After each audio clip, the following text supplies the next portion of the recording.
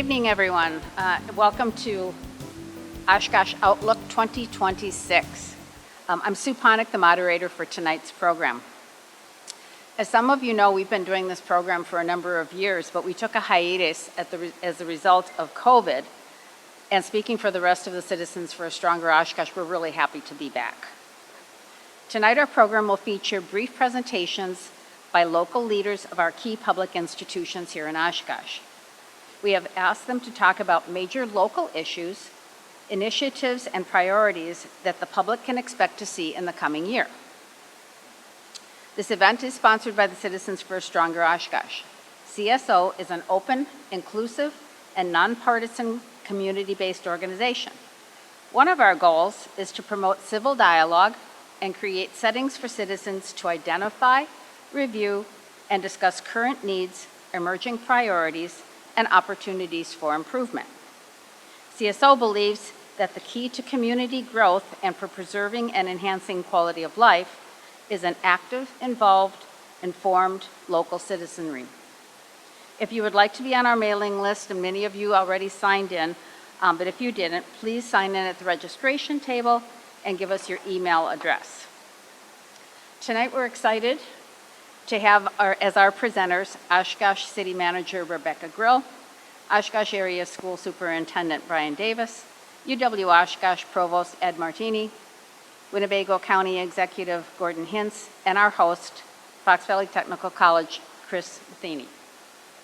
Each speaker will have 7 minutes for their presentation, and we will be taking questions from the audience, but what we're asking you to do is fill out your question on a card, and Kathy Propp in the back of the room has those cards. You'll just need to raise your hand. She'll give you a card and a writing tool, and you can fill out your question, return it back to Kathy, and at the end of when the final presenter presents, we'll have those questions asked. Now, to speed things up a little bit, we may group some of the questions with like topics so that we can be efficient with our time. Also, if you have a question for a specific person, you can write that on your card as well. So let's begin. Our first presenter is Rebecca Grill. She has been the Oshkosh City Manager since February 2025, so she's coming up on an anniversary. Thanks so much for having me. Again, I've only been here 11 months, so if I don't know something, I'm going to claim that I haven't been here a year yet. So I really appreciate you having us and having this forum. Instead of using the word issues, I put opportunities. So I've tried to put a positive spin on things. One of the first things I wanted to do is just talk a little bit about community engagement that we have going on, but also things that we have planned. So some of the things that have transpired or that we've added in 2025, the library has been doing a lot of things recently. They opened the job pod there, which is helpful for people that are looking for jobs. The Department of Workforce Development does have staff there that can help people, give them career counseling and those type of things. So that's a pretty exciting space that has been opened there. They also have a new 3D printer, so if you want to try that type of technology out, they have that there. Additionally, they have an experience pass there, so sometimes people might want to go to the Payne or the Oshkosh Public Museum or the bookworms in the Fond du Lac Children's Museum. You can go there and take out a pass and go to those places for 3 days for free. So that's a huge thing for people to get out and do. So that's really proud of having that. Additionally, they have the Library of Things. You might not be familiar with that, but you can take out things to do candle making, electronic drum sets. I don't know if you have kids, if you really want to do that. Maybe there's a limit on the time that you can take it out, having a vinyl turntable, but just giving people opportunity to try things out, because libraries, as you know, are much more than books right now. One of the things that they've done in the last week is launched a Read More initiative with the Chamber, the school district, and other community leadership organizations. It's really just push for all of us to read more. Literacy really is important for children to get places in life, and so this is another way to promote that. From the museum perspective, they had the Tiffany Gardens and Glass this last year, so their visitor numbers grew by over 200% because of that. We'll be working on having additional things like that coming in. We're going to have some jewelry events coming on up this year. That's really exciting. The senior center, a few new programs they added last year. They have mini pickleball courts, and then they have a personal training program. You can go there and hire a personal trainer. It's a lot cheaper than going to some of the gyms. So those are highlights of those. The parks, you might have read about our new trackless train that the council approved recently. So at Menominee Park, we needed to get a new train or stop providing those services. The community members came up with some money to donate that trackless train, and so we'll be expanding where it's gone in the past. It doesn't need to obviously stay on the track, so we're coming up with ideas about expanding that, maybe providing some tours and different history information with the train. We're also focused on doing a Quarry Park master plan, Pickard Park development, putting in some field lights at Reach Northfield. Those are some of the things we're doing in the parks. And then you might have noticed downtown, we're putting in a new downtown transit center. That is set to be done sometime in October of this year. It has a second platform, and it also has climate-controlled waiting area and restrooms for people riding the bus. That's pretty exciting for us. One of the other things we're doing in the community, the police department, in conjunction with the county and the Community Improvement Foundation, established a location downtown called Home Base. It's to assist those who are homeless in the community, to provide them services. So that was opened in July, I believe June or July of last year. So they've really been helping people, doing some case management down there, which is really exciting for people that need it. One of the things internally, and I'll talk a little bit more about restructuring, but we've just created a communications and engagement department in the city manager's office. Oshkosh Media, who's here today, is part of that, but we're going to be expanding how we're communicating and having cohesive communications with the public, getting out in different ways, not only just using our social media and Oshkosh Media, but maybe coming to the community, going to more community groups, doing those type of things, and proactively communicating. So the person who's overseeing that just started on Monday. I gave him a list of his 150 things that he needs to do by next Monday. So, but he's still coming back. So I'm really excited.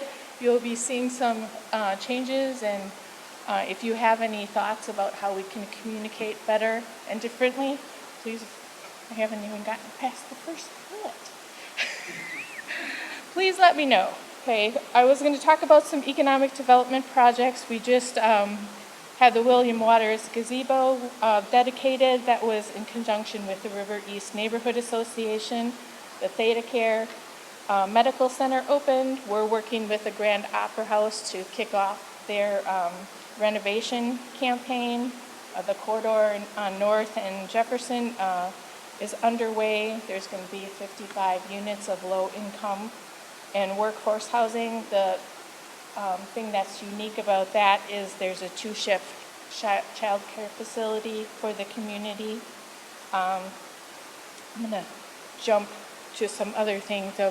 One of the things that we've been working on internally is restructuring. So bringing different departments together, people from our Parks Department, our Public Works Department, and our facilities, and just looking at how we deploy people differently. If we do it well, you'll notice no difference. and maybe enhanced services. So that's something we're really working on internally, and we continue to look at different ways to do things more efficiently. We have a structural deficit that's going to continue from year to year because of the funding, the way the municipalities are funded. So we have to continue to look at different ways to provide the services. And give me 30 seconds to talk about infrastructure and facilities. We have a lot of water projects that are going on. We're replacing our clear wells project. That's going to be a significant amount of money, but it's something that we need to do. We're not, the DNR, we're not meeting the administrative code requirements. One of the clear wells, 2 of them are over 100 years old, so they need to be replaced, but that's going to be $45 million. We just found out today that we are getting some federal funding for that. It's $5 million, but it's better than nothing. And then we're doing the tertiary replacement project, so that's another thing that's going to be significant. That's $36 million. And we have a lot of facility challenges that we're trying to work with our other partners to see if we can co-locate or do things differently as far as working together and providing services in the same location. So, can't really get to everything. But hopefully I'll bring it in with a question.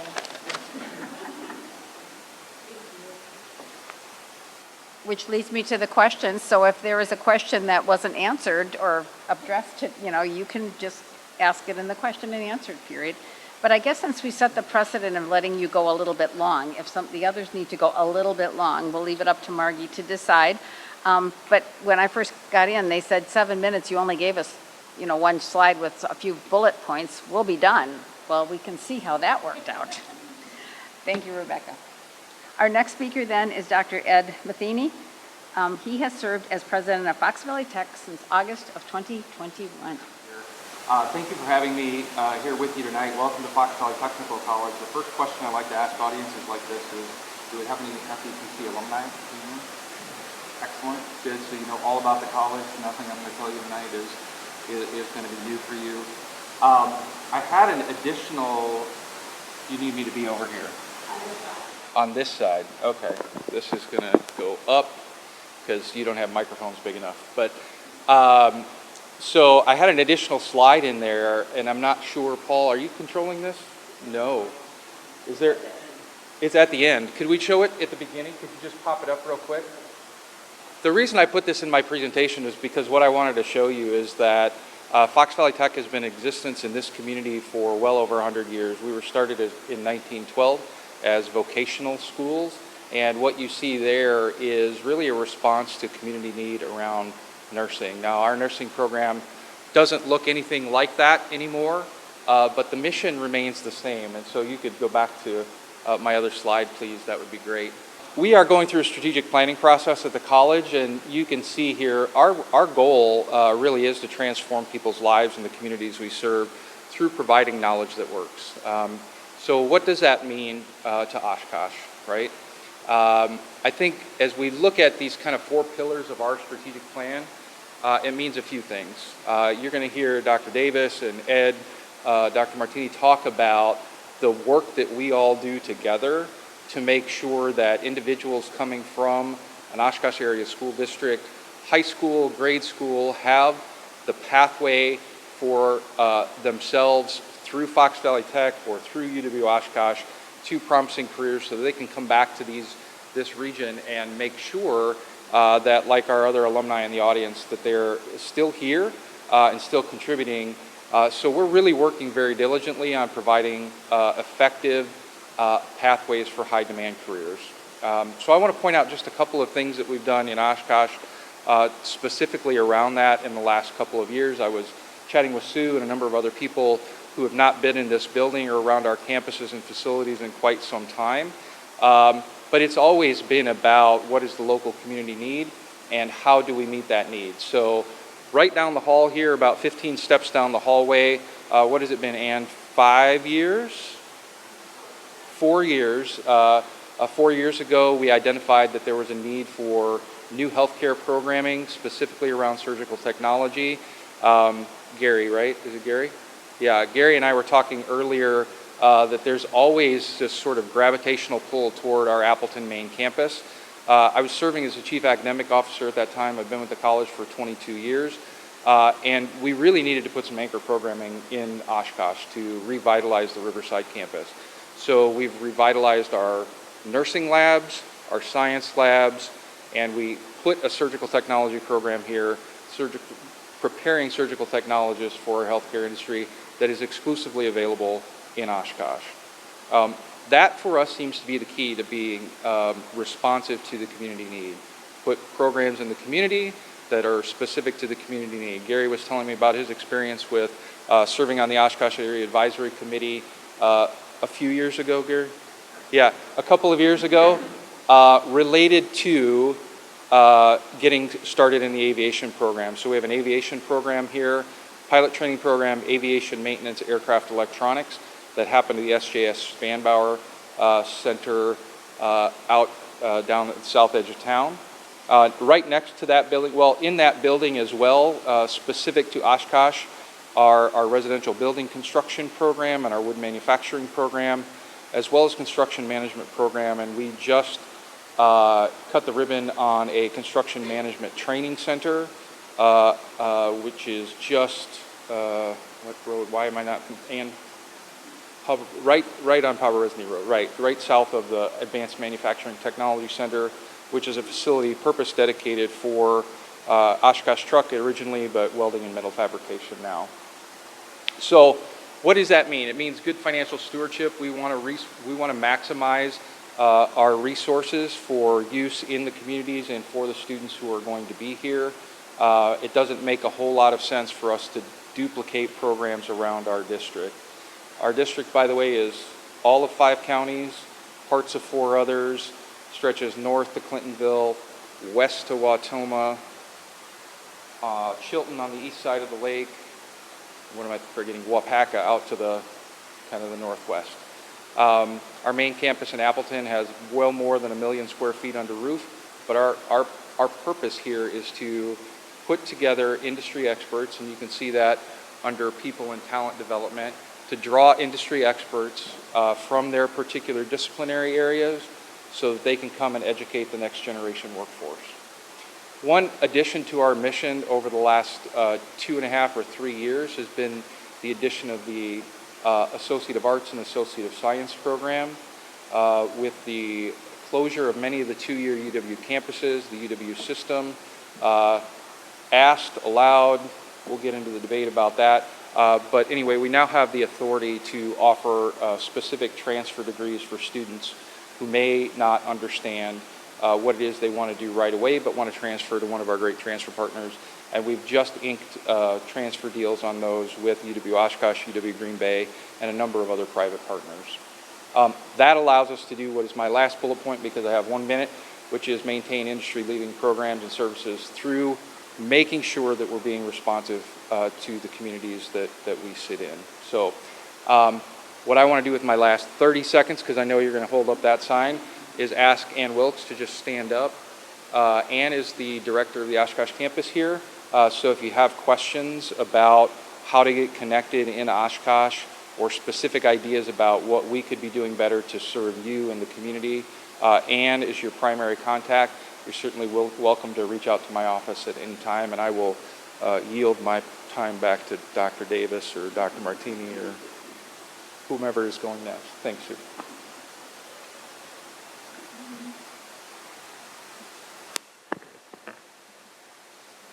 I have a special affinity to Fox Valley Technical College, even though I'm not an alum here. We've done a number of programs here. When I worked at United Way, we started our VITA project, Volunteer Income Tax Assistance Program, here on Saturdays. And so now, which is now the operation for the operating technology program, used to be just a computer lab, and we did people's taxes for free, low-income taxes. So it was walking in the building gave me a little flashback. Thank you, Chris. Okay, next we have Dr. Brian Davis.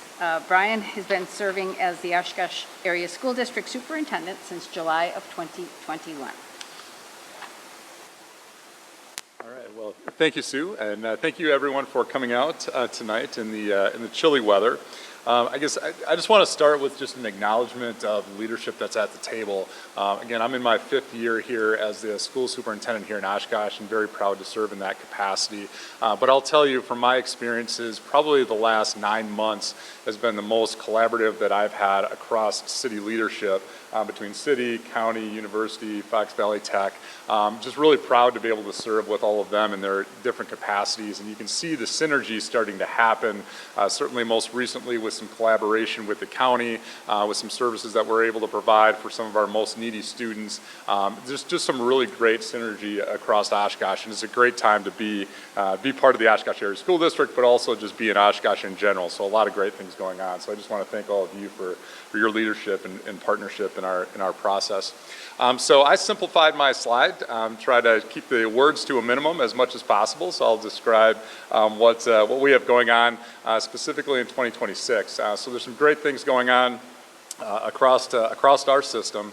And I'll start with just modernizing our facilities, and certainly that's what we spent most of 2025 on. In 2024, looking at our planning for our facilities plan. So we were fortunate that the citizens of Oshkosh supported a $198 million facilities renovations and modernization of our facilities back in April of 2025. So we've spent a lot of our time in 2025 and now into 2026 really preparing and beginning to transform our system.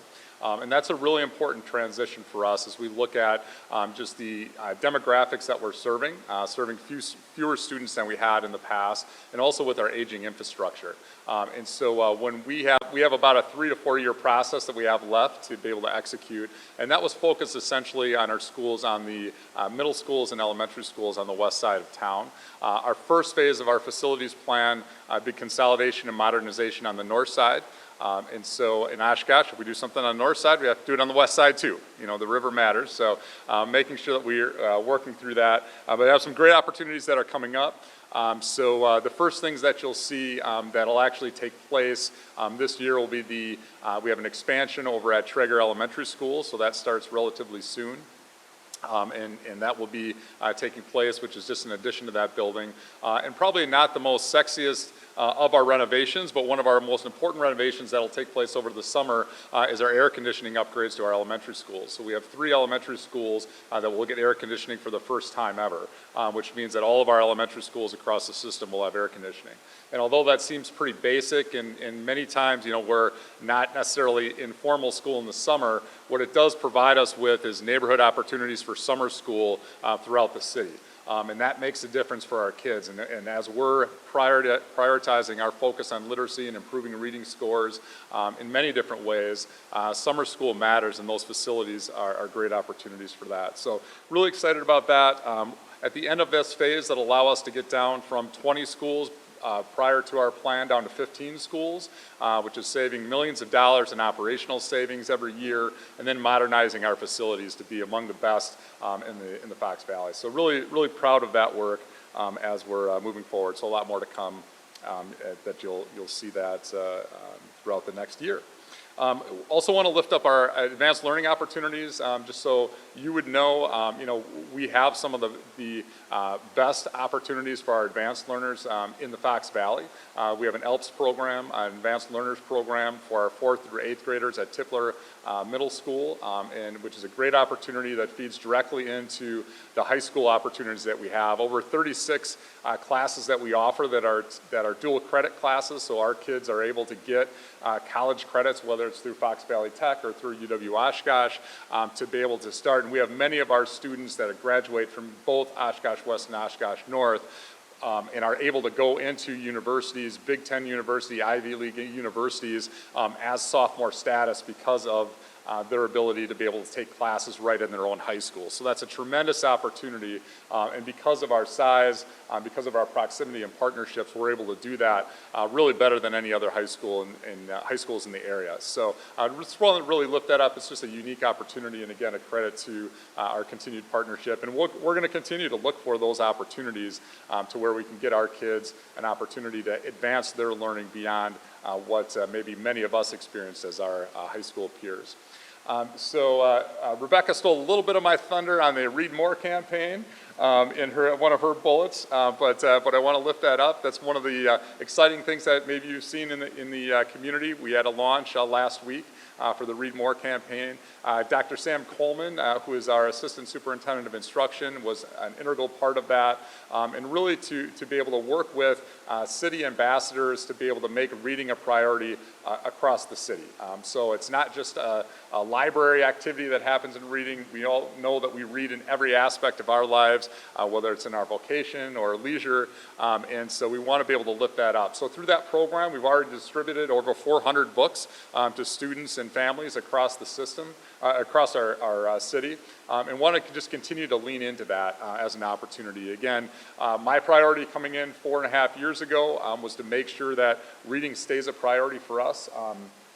Which is difficult to do, a lot of things to be able to overcome for many of our students. We remain committed to that, and this is an opportunity for community outreach. So we'd love for anybody to go to the readmore, oshkosh.com, to be able to sign up and be part of that ambassador, make a donation, and be able to help support literacy. And finally, just want to put a personal invite out to all of you from a community standpoint. We are going through a strategic planning process also that we actually launched last night with a revision to our vision, mission, and values, looking at our key performance indicators. But that's going to culminate in a lot of board work over the next 3 months. But we're also going to have a community engagement part of that. And so on April 29th, April 30th, and May 2nd, we will have an opportunity for any community member in Oshkosh to be part of our process, part of a future search process, which essentially looks at what are the trends that happen in education up to this point, where are we currently at, and most importantly, what does Oshkosh want out of their public schools as we're moving forward. So that's going to be an event, and we're going to send postcards out to anybody in the community that wants to attend. Kaukauna had over 200 people a couple years ago have their event, so I'm looking for 205 people out there that can help us set a direction for the future. So thank you all for coming out tonight, and happy to answer any questions later. So thank you.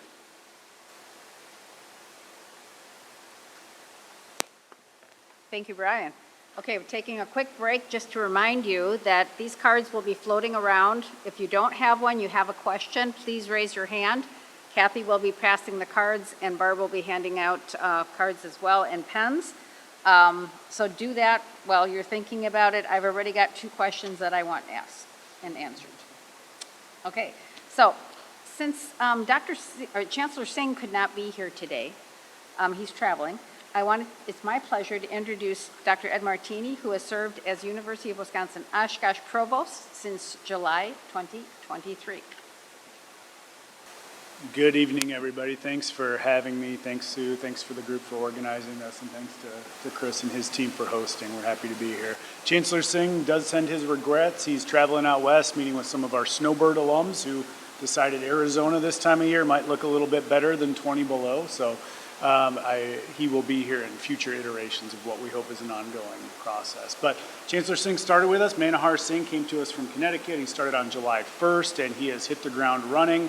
If you're on any of our social media channels, I imagine you've seen him out and about in the community. Hopefully you've seen him in person as well. He's brought a lot of energy, and one of the things he has asked us to really redouble our efforts on is being a better partner, being out in the community more and working, and I'll echo what Dr. Davis said about really this is a great moment, we think, for collaboration in the city and the county and with all of the educational institutions we've got here.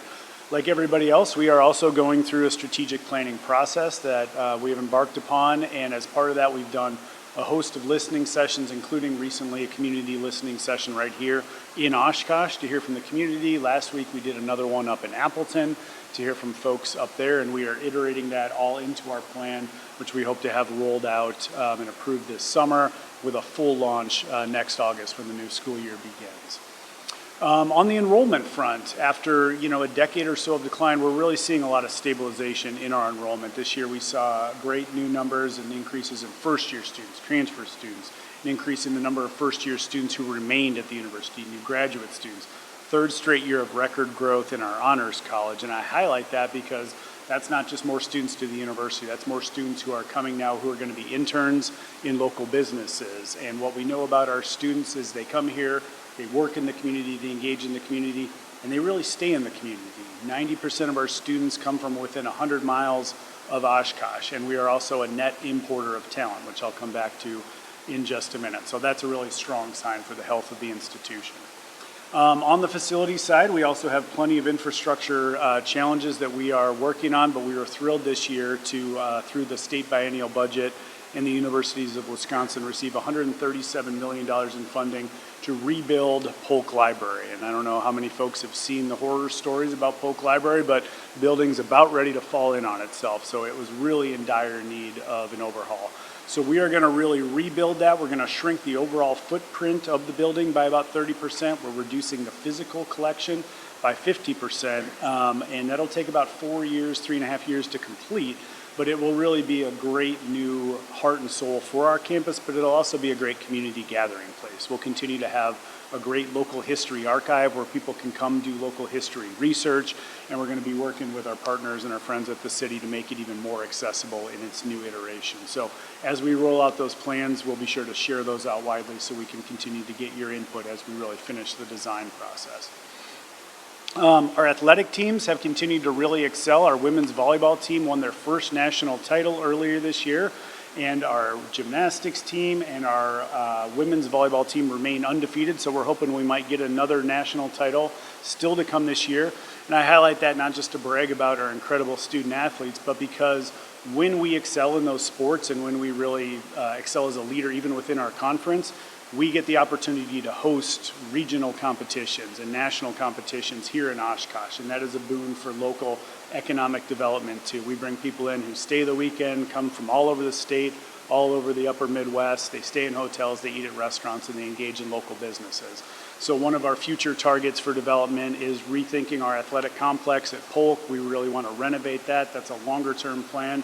But that, we think, along with the city, can really be a nice extension of the work that we're doing together for placemaking, but also to really continue to rebuild that riverfront all the way up and down the river. And as I was saying before, our students are really doing a great job of being successful after graduation, too. We're keeping more of them engaged throughout their time with us, but 82% of the graduates who graduated from UWO in spring last year had an employment offer in hand before they walked across the stage with their diploma. So we are graduating them in high demand fields. You go to a hospital, you go to a school, you go to manufacturing concerns all up and down 41, you are seeing Titans in action. 91% of our Wisconsin students who come to UWO stay in Wisconsin. And 40% of the students we bring in from out of state, that's only about 10% of our total population, but 41% of those stay in the state too. So we are a net importer of talent to the region and to the Fox Valley, and we're really proud about that, and we want to continue that. And our faculty are doing a great job of continuing to make sure that the programs that we offer are relevant and responsive to what our communities and what the workforce and economic development needs of the region are. We're working on new programs that we're going to be launching in the year and years ahead in artificial intelligence, continuing to expand our engineering portfolio, especially in advanced manufacturing, continue to excel in the health professions area. Our new School of Nursing and Health Professions has really taken an even more robust approach, bringing on the great success that we've had with our nursing program. Our business programs are continuing to really innovate with mandatory internships. Those students are getting snatched up when they're juniors, sometimes seniors, before they even graduate, getting job offers. And we're also exploring advanced opportunities for criminal justice. And in these, we're not just doing new degree programs, but we're looking at new ways to deliver those programs in partnership with other educational institutions, but also with local partners. Our biggest competitor at UWO is actually students who choose not to go to any college at all, but instead to go straight into the workforce. So we're looking at pathways where students can continue to earn and learn, go into their profession, make money, but still continue with their education, and really continue to be a good partner and make sure that there's seamless transfer opportunities for students who start their career here at Fox Valley Tech or at other schools throughout the region and want to complete their degree with us. So for us, the future definitely rests on collaboration and partnership, and we're eager to continue to work with our partners here to build those out. Thanks so much.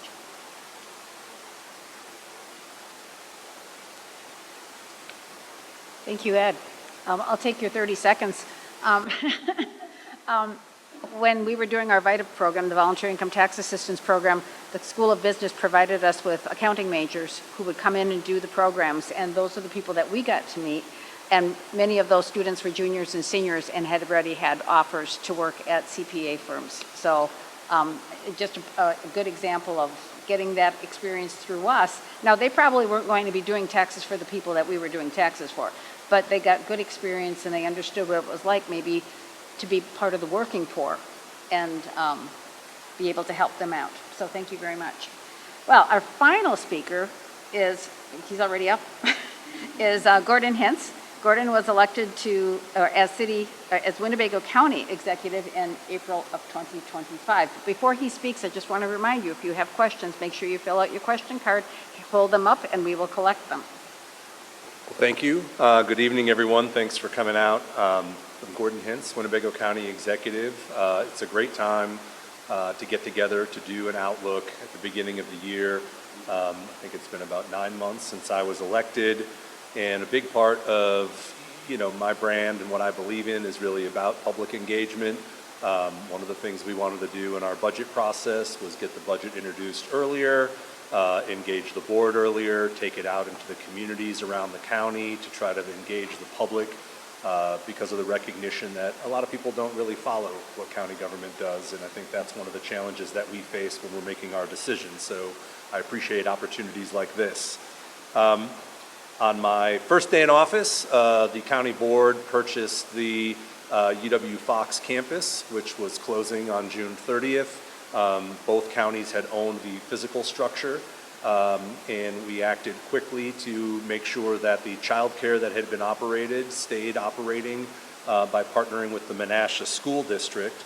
But one of the big challenges that we have had is, how to redevelop the two-year campus with the goals of trying to get some or all of the 43 acres on the tax rolls, preserve the community assets that have been there, such as the Communication Arts Center and the Barlow Planetarium, and also just have something value added that contributes to the area. It has been such an anchor in northern Winnebago County, to Menasha, to the Fox cities.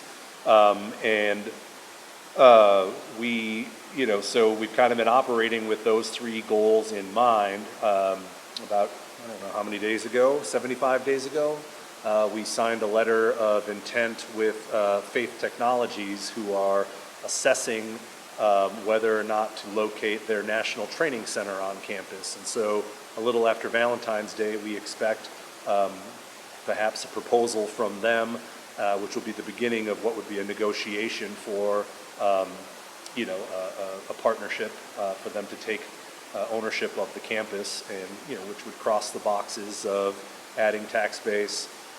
Any deal would have to preserve, public and community access to those things that I mentioned before, and obviously having job training that trains 2,000 or more electricians a year would be something that would be positive.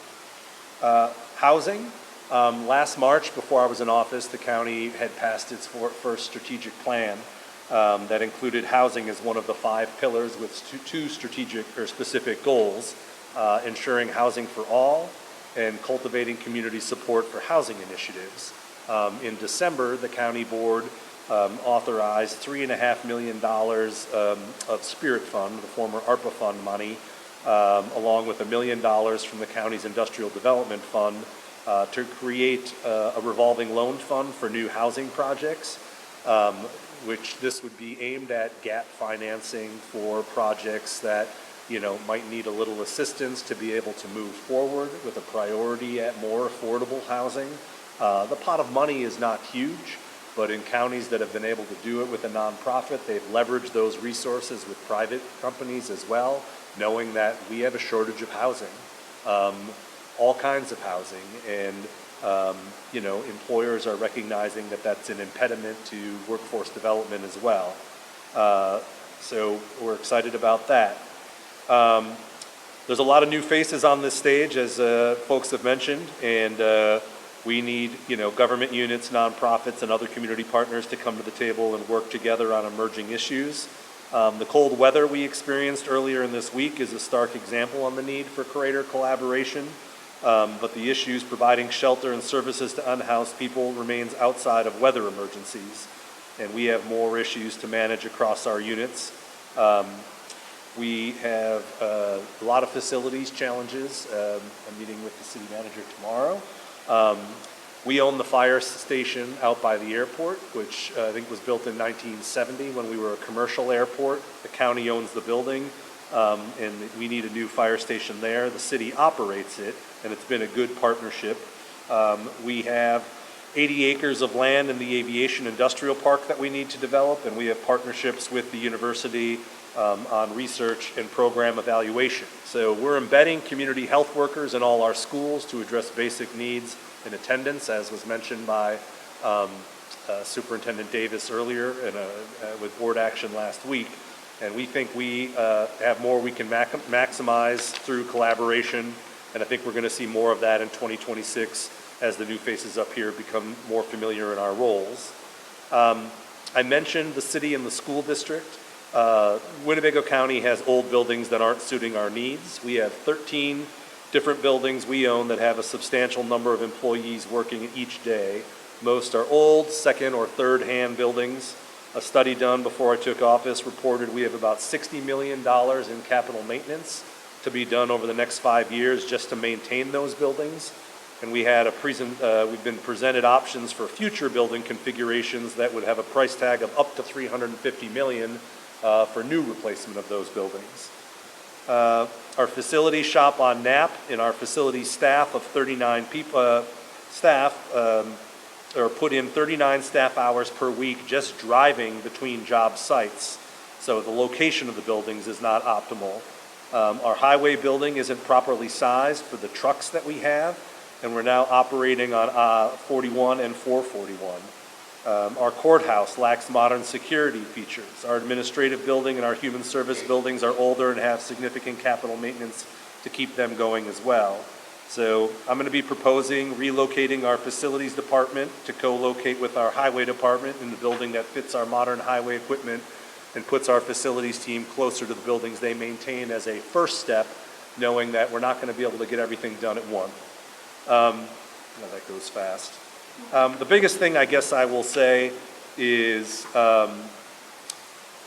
we were able to get through this budget okay. A lot of the things that you heard passed in the federal Big Beautiful Bill last summer are really going to hit the county hard in 2027.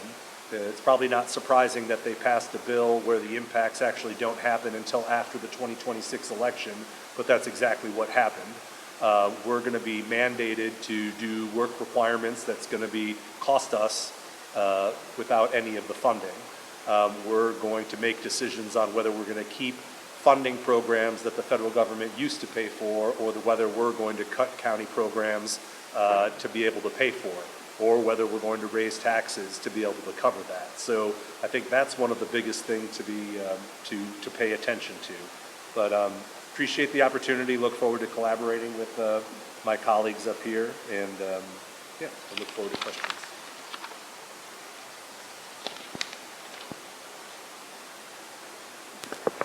Thank you, Gordon. So since Gordon was the last speaker, some of you may have to think a little bit about some questions that you might have for him. So I'll start with one question that will be for, I think, everyone to be able to answer. And they will be moving the mic from one to the other so that we can get good sound quality for Oshkosh Media. So it's just a little clunky, but it will work. So the question is, what does your organization do for unhoused people? And they were specific about during cold weather, but I would add that at any time, but especially during cold weather. Well, one of the things I mentioned was the home site that we have downtown, where the police are working with county staff to help people that are in need that way. One of the things with the cold weather, the police would advise people of where they could go the last couple months. Instead of just sharing that information, they've actually taken people to locations. Sometimes it's a long walk or ride to where someone could get the services. So we're providing that service as needed. Been talking with the school district and the county about coming up with a different option for severe weather shelters. So that will be something that hopefully we'll be moving forward with in the next year or two. Yeah, so what I would say is that, as you've heard a lot about tonight, our real interventions around unhoused homeless individuals has been around connecting them with community resources. So there are housing coalitions and a number of social service agencies across all the entire region that we serve.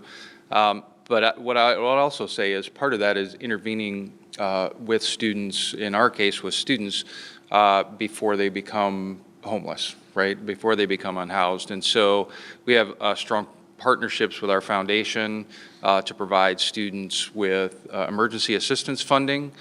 We have food pantry on campus. We have a partnership with Feeding America that has food lockers, much like an Amazon drop-off site, which I understand that we are in connections with to have them pilot that as well here in Oshkosh. So we're doing a number of things to do the wraparound and support services. We don't house people directly, obviously.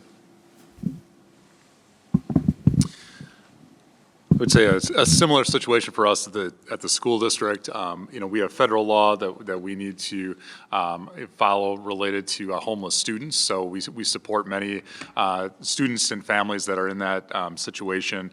Have social workers that are specifically working with students that are in those situations to make sure that they have their basic needs covered, and to be able to help support and connect families with resources that would be either through the city and the county. So that social work connection is really important for us. Also have many just community partners through our PTOs or through local businesses to be able to do just food collection or, again, some basic needs collections, especially with the cold weather. We're talking hats and mittens and snow pants and things that are really essential for our kids that many of our kids are in need of. Again, just leaning into the collaboration that we can get, through services, through many people at this table to be able to support all of our families that are in that situation. Yeah, a lot of similarities for UWO. We have food pantries, we have emergency funds for our students, and we do have students who experience homelessness as well. We have a lot of students who do work at agencies in our social work program and counseling, who work with the city and county and other agencies to help support those ongoing efforts, but we don't directly house people on our campus either. The county is involved, and there's a lot of coordination of services behind the scenes that I think a lot of people don't see. One of the big challenges we had over the holiday was, both the public library and the State Street Center, which on Otter and State Street, which are daytime locations for a lot of our homeless, were going to be closed on the 31st and the 1st. So we opened the State Street Center on the 31st and the 1st and made sure that it was staffed. We will coordinate with the day-by-day shelter when they open from 50 to 65 during an emergency, and then make sure that any overflow goes to the Salvation Army. And then when, depending on the Salvation Army's ability to staff it, we will provide county staff to assist them in staffing, as well as vouchers and meal resources to work with local law enforcement and others to get women and children to hotels during, cold spells like this. So obviously, we anticipate, and we have, emergency management services that give us forecasts, and when we look ahead, we kind of all coordinate, with day by day, with the city. Is the library going to be open? Do we need to open the State Street Center? How can we provide staff? How do we provide the resources for the demand that might exceed the spaces that we have? When I first started, and I had a meeting in June, and I said I don't want it to be February and us not to have a coordinated plan. But it's complicated, but I think the communication, is good. But I know there are a lot of worried people out there, and we, again, make sure people know who to call and where to go as best we can, and that we make sure we get the word out about the places they can go. Okay, to make this simple, we're just going to bring the mic back this way. So Gordon, you're going to start with this question. And the question was specifically about Oshkosh, and I hope the person that wrote it doesn't mind if I make it more regional so that all the people can answer. What is Oshkosh, or let's say this region, missing that would bolster or help your organization accomplish its mission? What are we missing that would help you bolster or accomplish your mission? Boy, I don't know if you could tell, I'm a little under the weather tonight, and I'm bullish on Oshkosh. Better self-esteem?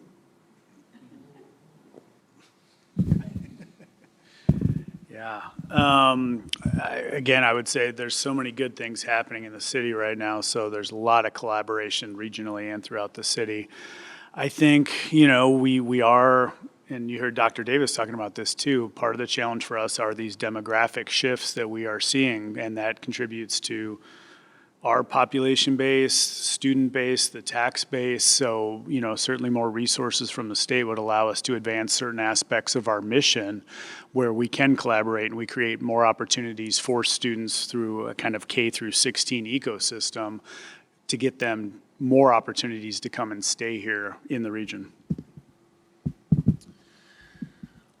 Yeah, I would say, again, building off of this, kind of K through 16 ecosystem, one of the things that we always want to be able to promote is our kids being busy all the time. So not only, the academics that we can offer, but also just co-curricular opportunities. And looking at facilities up and down the Fox Valley, when we look at youth athletic opportunities, whether they're indoor or outdoor, I think that's certainly something that we've had some conversations about with some of our partners here about expanding those types of opportunities. We've got a lot of families that are driving up to Appleton during the week to be able to do club practices and different activities like that. So I think that's something that would help bolster a little bit for Oshkosh, and again, bringing people in, spending gas, paying for food and those types of things, along with just supporting some of our kids and families.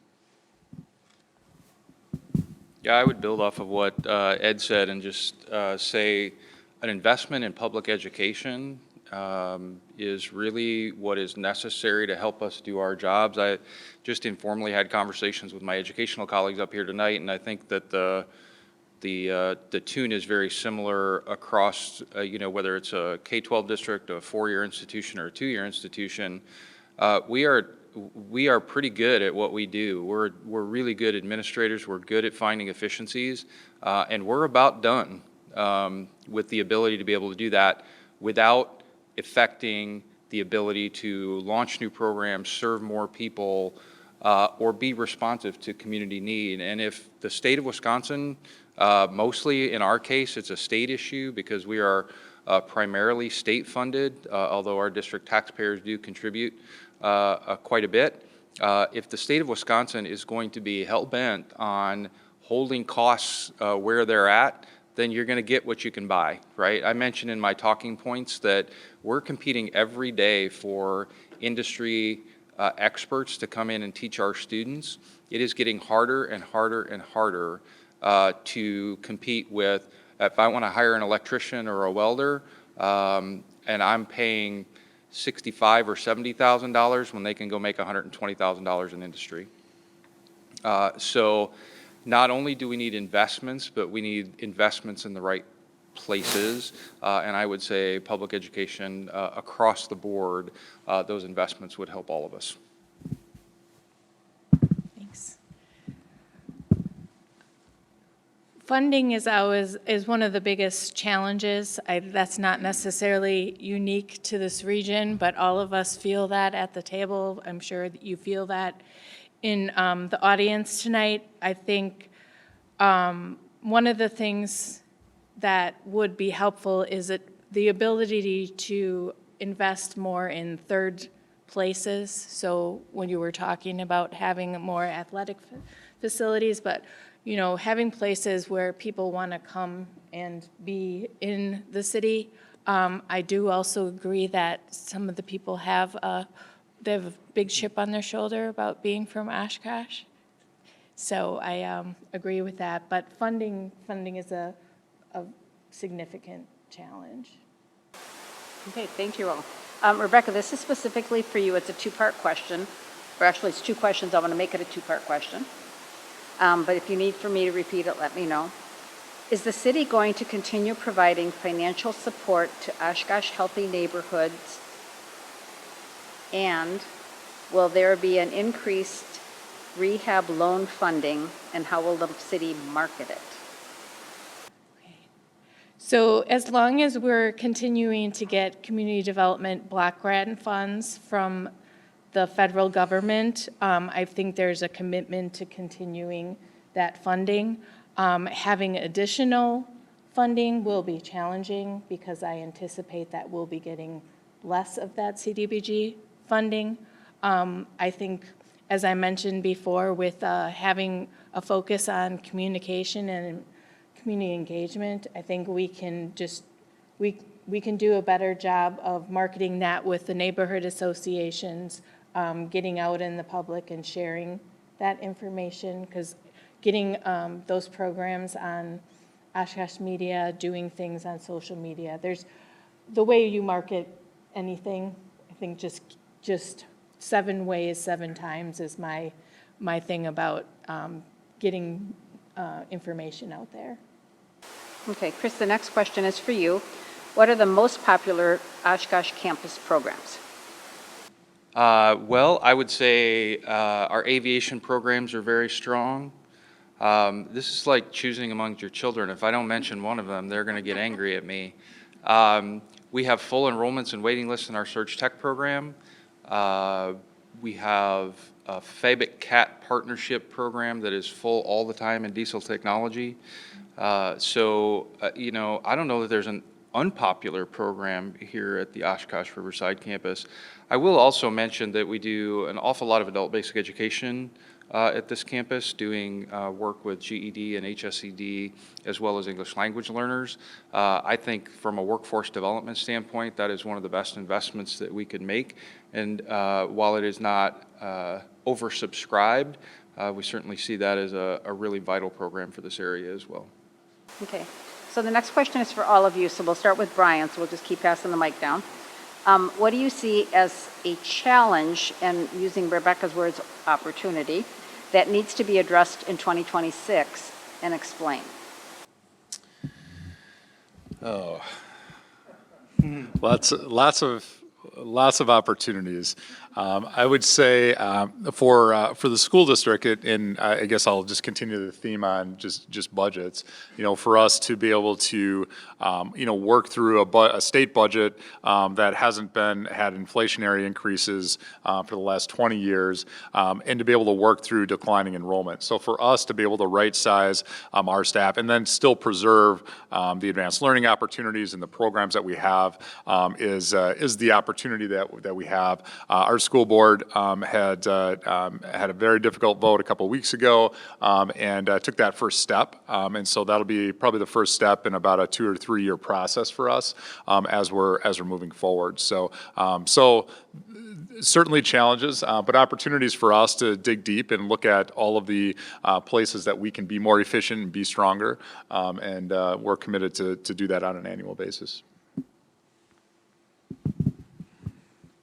Yeah, just moving away from budget, which is always a challenge for sure. I guess I would say one of the things that we talk a lot about and see as a huge challenge and an opportunity is articulating the value of higher education, post-secondary education. And that's something that we really need your help with too. There's a lot of skepticism out there. There's a lot of question about the value of post-secondary education, of a 4-year degree of graduate education. And what we know from employers, what we know from economic data is that it's still a game changer. If you have some kind of post-secondary certificate, could be some kind of professional certification from Fox Valley Tech, could be a bachelor's degree from us, it's a huge financial game changer still over the course of a lifetime, despite changes in technology in the workforce. Somebody with a bachelor's degree versus somebody with a high school diploma, it's going to be over $1 million in net earnings over the course of a career. And it's also a way for people to continue to develop the kinds of skills that employers are looking for. And we also produce citizens. We produce people who are going to engage in communities and engage in our democracy. So we spend a lot of time, and we've had conversations with our friends at Oshkosh Public Schools too, about how do we start getting that message, not when they're seniors and not when they're in middle school, but from the elementary age, about thinking about really plotting out your career and where your public school education, your post-secondary education, and hopefully lifelong learning journey will take you. And how do we break through the noise and get that out to the public? I think the urgency for the county to act on some of these building projects that we've delayed for decades. We need to demonstrate that we're capable to look at a 15-year capital plan that moves us in the right direction and doesn't, continue to spend bad money on fixing up buildings that aren't worth keeping. I think we need to continue to engage the public and find ways to promote what the county does, especially the value of it. And part of that is tied to everything else because, like I mentioned, navigating the federal budget cuts that are coming, we're going to require us to prioritize services, which will require us to, engage the public on what the, biggest priorities are. The county, a lot of what we do are services that are mandated by the federal government or state government. We don't have that much discretion over a lot of that, so we need to be sure that how we are spending the money we do have on discretionary services really aligns with what the public's priorities are, but that only works if we have an engaged citizenry, and we need to do a better job of telling our story and getting out there to get that feedback. So that has to come all the way back to Chris and Rebecca to answer the question on challenges and opportunities. We're not skipping you. I'll just put an asterisk next to budget and resource. I think obviously that's an opportunity we've all talked a lot about tonight. And just shift focus a little bit and say that I really think for us, the opportunity is looking at how do we deliver our degree and diploma programs, the continuous learning that we do, on even more so with working individuals, right? Whether those students are coming out of high school or working adults returning for continuing education. We have, we're pretty good and pretty nimble at doing that, but we still have a pretty traditional structure around 2-year degrees. And while most of our students are part-time and I think going to be becoming more so, we're going to have to integrate our programming more and more into workplace learning and do more of that so that individuals don't have to choose between taking a step out of the workforce and then coming to education or scheduling their lives around the classes and coursework that we offer.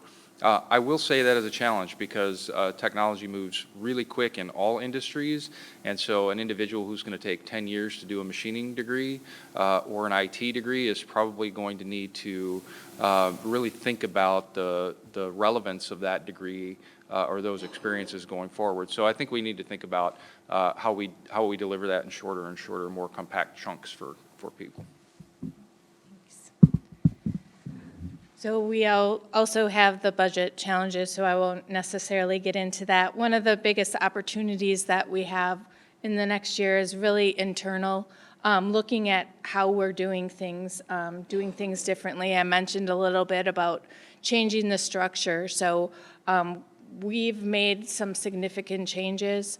We're going to be implementing those this year, so that is a huge opportunity for people to look at how they're doing their jobs differently, how we can do things differently, how we can provide services better. One of the other things too is just the educating the public and employees about why we're making the decisions that we are, some of the challenges that we face, and trying to engage people in helping us solve the problems if we can, getting the word out to talk to the legislators about providing different funding opportunities for us. Okay, thank you. I hope the person who wrote this question will give me a little bit liberty and so that I can regionalize it as well as make it local to Oshkosh. So it says Oshkosh has become part of a diversified cultural region. Many cities have the following: Cinco de Mayo event, Juneteenth, Indigenous peoples celebrations, and other ethnic events. Will Oshkosh, and I'm going to say the region, grow to include these? One of the structural changes we have done internally is create a cultural and enrichment services umbrella, which includes the museum, the park services, and the library, senior center, and also fund development. The goals of that department is to expand our reach to different community members, increase different events and things like that. So I would say part of that would be adding type of events that were related to what you mentioned. Yeah, I'll just add that from a technical college standpoint, we have a pretty robust student clubs and organizations, including a number of cultural clubs that help our students in our institution celebrate various milestones or days, months of recognition for particular cultural groups. I think it's really important also to understand that as the Fox Valley has changed, as our region has changed, we've done a significant amount to reach out to communities that are may have come from different cultural backgrounds and invite those folks onto our campus, not only as visitors, but as staff and employees. I'm really proud of the fact that our staff is pretty reflective of the communities that we serve. So in our case, that's if you look at ethnic minorities, that's about 14% across our district. Our staff is right in that range. Where we have some work to do, frankly, is that our staff doesn't turn over very frequently. And so when people come to work at Fox Valley Tech, they stay for a very long time. Given the budget challenges, that doesn't open up a lot of new positions to bring new people of any background in. And so we're looking at ways to continue to do that. We partner with our school districts to provide outreach to particular cultural groups. And have done that both in Appleton and Oshkosh, and I think maybe I'll just turn that over to Dr. Davis then. Yeah. Thank you. Yeah, certainly those partnerships are important. We too promote our students and to give them leadership opportunities. Certainly at the middle schools and high schools to be able to form clubs. All they need to do is be able to find an advisor who can help support them. But have students creating a lot of different clubs based on things that are important to them. Many times those are cultural opportunities for them to be able to practice and be able to celebrate within our school settings. I would say we also have taken a role from a city standpoint. We just celebrated a very successful MLK Day at Val Phillips. So I had some of our students not only as essay winners, but as featured keynote speakers. So Mocha Subwala was one of our keynote speakers. His father's here tonight. And just really proud of the opportunities that we can give our kids across the system as an opportunity to do things like public speaking in ways that are really unique. So we look forward to those opportunities, continuing that opportunity in particular, but also looking for partnerships here to provide our kids with opportunities similar to that. Yeah, so we do quite a bit of this at UWO. We have a lot of different events throughout the year celebrating different groups. We're about to kick off Black History Month, and we've got events going on every day throughout the month of February, and we do that for, really throughout the year. I think part of what we need to do is do a better job of getting the word out to the community about what those events are, which ones. A lot of them are sponsored by our student groups, but a lot of those are open to the public. We have music events, we have film screenings, we have food festivals for international foods and things like that. So I think we can do a lot better job of communicating out to the community about what we're doing and what we welcome lots of folks on campus for. But we do a lot of that work already. I think Winnebago County has a lot of work to do. Was pretty shocked that Martin Luther King Day wasn't a holiday for county employees. I found that out on Martin Luther King Day. I think certain departments like public health do a really good job, and they've prioritized that. I think there needs to be a recognition about, there's that absolute disconnect between what's happening nationally and what our needs are in Wisconsin in terms of population and workforce needs. The city of Oshkosh's entire population growth between 2010 and 2020 was entirely refugees. It would have been zero or negative if not for refugees in the community. So we would have negative population growth, and we need to do a better job of integrating, assimilating, reaching out, getting opportunities out there, and recognizing that if we don't grow, we are, going to be negatively impacted, whether it's our workforce, whether it's school funding, whether it's other things. So, again, I think it depends on the department. If the question is about workforce, I think, we need to continue to find ways to promote opportunities and reach people. If it's programs and services, I think it depends on, which department you're talking about. But I think for everyone, the recognition on of diversity, immigration, population growth, demographics needs to be a much better one than what's happening right now. So keep that mic, because this one's for all of you again. It's kind of long. I'll try to paraphrase. Across the country, we've seen increased efforts by federal immigration enforcement agencies to remove individuals who lack proper documentation. In the process, there have been reports of innocent people being detained, families being traumatized, and lives disrupted or lost.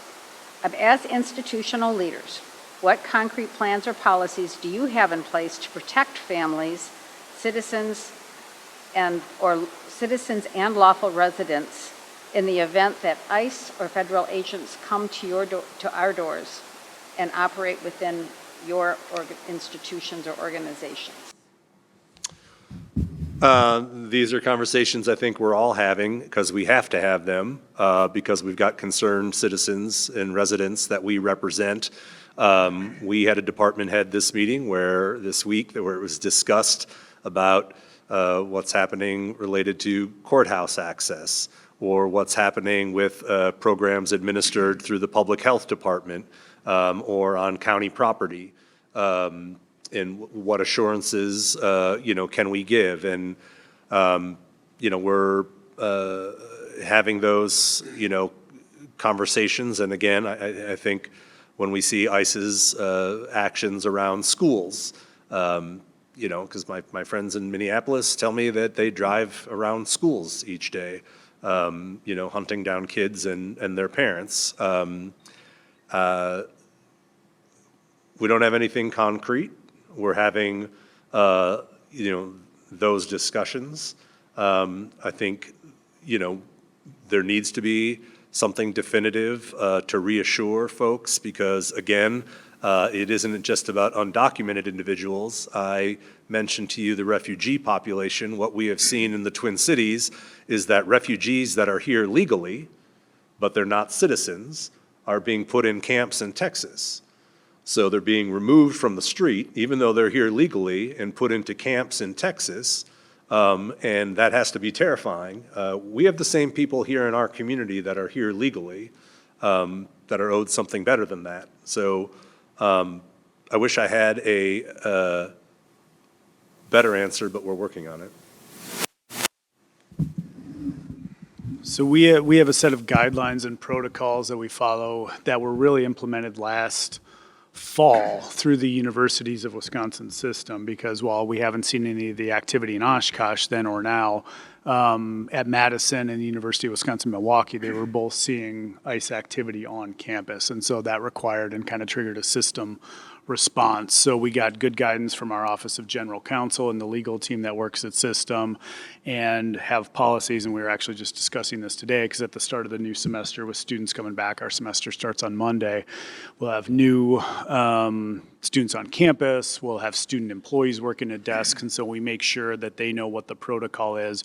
We're federal agents to show up. What is your protocol? What are you required, or what are they required to show in terms of documentation, or what are the phone numbers we have? So at all of our kind of public-facing desks and offices, we have those protocols in place, and we need to make sure that staff and students who are working in those places are now retrained or trained, if they're new to us, on what those protocols are. Yeah, certainly it's been an important discussion from a school district standpoint. I think it also hits me, personally. Alex Preddy was one of my students as an assistant principal up in Green Bay Preble during his freshman to senior year. So certainly it's something we take, very seriously. I was able to network with my colleagues across the state, and specifically in Eau Claire and Hudson, where ICE has had a presence probably for the last 6 weeks, and just get some mentorship or some advice from them as they've navigated through the situation. And so the way that we're working through it, one, is to be able to, support families directly, students and families understand, what our crisis response protocol are. And we have crisis response for people that are unauthorized to be on our campuses with guns. And so we have those protocols already set. So a lot of it for us is just what is our emergency response procedures, and making sure that our door monitors and people that are working in the offices know that. And so our administrators know how to execute those. Our staff are trained for those protocols. And so that's what we would execute if we were in that sort of situation. And then our central office administrators will respond to that site to be able to work through the nuances of what type of warrants, if there's warrants that are involved, and making sure that there's lawful entry if that's required. So we'll be very deliberate with that and very protective, of our students and families that are in that difficult situation. Yeah, I'm not sure that I have much to add. We have protocols in place. We've been discussing them with our leadership teams. We are working with local law enforcement to ask about what their response is. I would just say UWO has a campus police force. You're working with City of Oshkosh Police, I'm sure. We are working with our Grand Chute Police and Oshkosh Police in this community to make sure that we understand what our roles are. We are not law enforcement officers. We have students, all students have rights under federal law. We're making sure that our staff understand what those are, and we are also making sure that we understand what our roles and responsibilities are and where we can draw the line. So as you said, we're working with our general counsel and legal counsel's office on that. I have told our staff, however, if individuals show up with firearms, we need to be calling our local law enforcement. If you can't identify who they are or what they're doing, that needs to be an immediate call to 911. I'm not sure that, I'm hopeful that does not occur, but we certainly are making plans for how to respond should we have any law enforcement action on our campuses. And that's not just federal law enforcement, but local law enforcement as well. We're in a similar position as the county. We don't have a citywide departments policy, but having discussions with the police chief and the police department, coming up with some different protocols, but there's nothing concrete citywide department at this point. Okay, Rebecca, you can keep that mic for a second. The question is specifically for you is, what is your priority around affordable housing, your number one priority around affordable housing? Please be as specific as possible. Well, first of all, I think from an internal perspective, we need to make sure we have the environment as far as the processes internally, the barriers, looking at the barriers to development. We need to work on that first, because it make it easier for people to develop the affordable housing. So for me, right now, this year, that's the focus, not just for affordable housing, but all housing and all development. Once we get that foundation done, then we can look at expanding specific focus to affordable housing. Okay, and I'm going to ask both you and Gordon to answer the next one. Understanding that both the county services and city hall building are both in need of modernization, is there any chance of looking at both buildings to be either co-located or located in close proximity to each other? Those are discussions that we've had. Personally, from a personal perspective, I was a single parent for some years, and I know that when you need to access services, you don't necessarily care where you're getting them from, whether it's the county or the city, and if we can provide an area where it's easier for people to go and get those services, I think that's very important. I was lucky enough to have a vehicle. There's a lot of people that don't have that type of transportation, so taking your kid from one building to another, I really have a desire to make it easier for people to access services, and we've had some conversations about that. It's probably more challenging for Gordon because he has to work with the whole county, and it's not necessarily an Oshkosh focus. Pass that now. Yeah, we're having lunch tomorrow.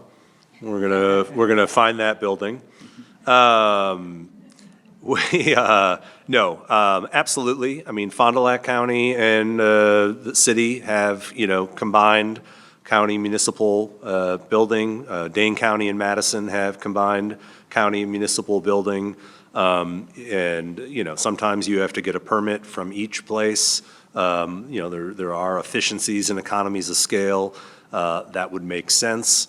Maybe, I think we're going to look at these things. We know we have a fire station to cooperate on. I think it just depends on, whether it works or not. But, I think if you look at we used to have separate 911 centers. We used to have separate health departments. If you look over the last 20 years, there has been, collaboration and consolidation that's taken place. And I think beyond the, possible collaboration on a shared building space or opportunity, we will also all look at ways that we can, work together on, perhaps services as well. Okay, I'll let you keep the mic, and then we're going to pass it back this way. For all of you, what is the most exciting source of growth and/or the biggest hurdle for your institution? Biggest source of growth or hurdle for your institution? I didn't write this one, so I'm not sure. How are you guys interpreting that? I mean, for us, when we think about growth, it's the combination of enrollment and revenue. Yeah, those of us that are in, municipal government, our ability, tax-based growth is how we're able to fund services, and expenses and inflation grow faster usually than our tax base. So part of the reason we're interested in housing is it's not just a need, but it will also generate new tax base. Another reason we want to do housing is because businesses say they can't grow if they don't have enough workforce housing. So housing is an issue for individuals, but housing is also something we need to do for tax-based growth. Part of the reason that we're interested in the 43 acres of the Fox campus getting on the tax rolls is because we'll be able to have, more growth in the county, which will provide more resources, so we're able to fund the services that we need to meet county residents. What was the second part? That's good enough because we're running out of time. So if you don't want to answer this one, you don't have to, because we need to wrap it up. But if you really want to answer it, go for it.